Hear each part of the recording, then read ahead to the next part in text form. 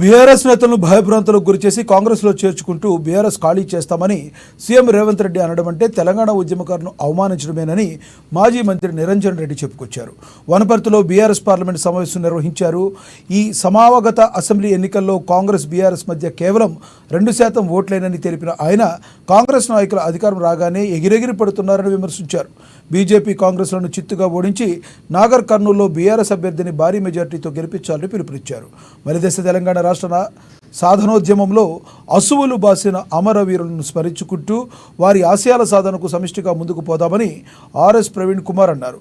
భవిష్యత్తులో బహుజన వర్గాల ప్రజల అభ్యున్నతికి కాగడాగా నిరంతరం పనిచేస్తామని ప్రవీణ్ కుమార్ హామీ ఇచ్చారు.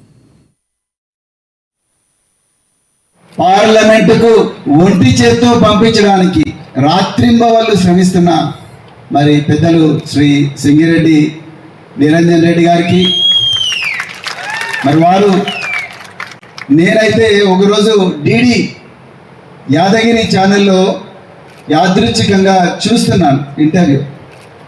వ్యవసాయ రంగం ఎదుర్కొంటున్న సమస్యల మీద అనర్గళంగా వస్తున్న ప్రశ్నలకు సమాధానాలు ఇస్తూనే ఉన్నారు. మా శ్రీమతి ఇంతకుముందే పెద్దలు నిరంజన్ రెడ్డి గారు చెప్పారు.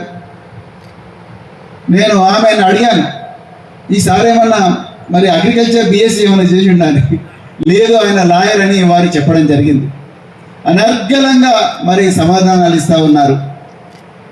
మరి నిరంజన్ రెడ్డి గారిని నేను అనుకున్నాను, నేను గ్రీన్ రెవల్యూషన్ అంటే హరిత విప్లవానికి ఆద్యులైన నార్మన్ బోర్లాగ్ గారిని అయితే నేను చూడలేదు, ఎంఎస్ స్వామినాథన్ గారిని చూడలేదు. కానీ ఈరోజు నిరంజన్ రెడ్డి గారి లోపల వాళ్ళని చూస్తున్నాను మిత్రులారా. ఇటీవలనే బీఆర్ఎస్లో చేరి మన నాగర్ కర్నూలు పార్లమెంటరీ అభ్యర్థిగా మన పార్టీ నుంచి బరిలో నిల్చున్నటువంటి మన అభ్యర్థి అయినటువంటి డాక్టర్ ఆర్ఎస్ ప్రవీణ్ కుమార్ గారు ఈరోజు వనపర్తి నియోజకవర్గ విస్తృత స్థాయి సమావేశంలో మన నాయకులను, కార్యకర్తలను, మన శ్రేణుల్ని కలుసుకోవడం కోసం మొదటిసారిగా అభ్యర్థిగా ఇక్కడికి రావడం జరిగింది. వచ్చిన సందర్భంగా నా తరఫున, మన పార్టీ తరఫున, మీ అందరి తరఫున వేదిక మీద ఇది మనం చెప్తలేం, మన పార్టీ చెప్తలేదు ఈ మాట.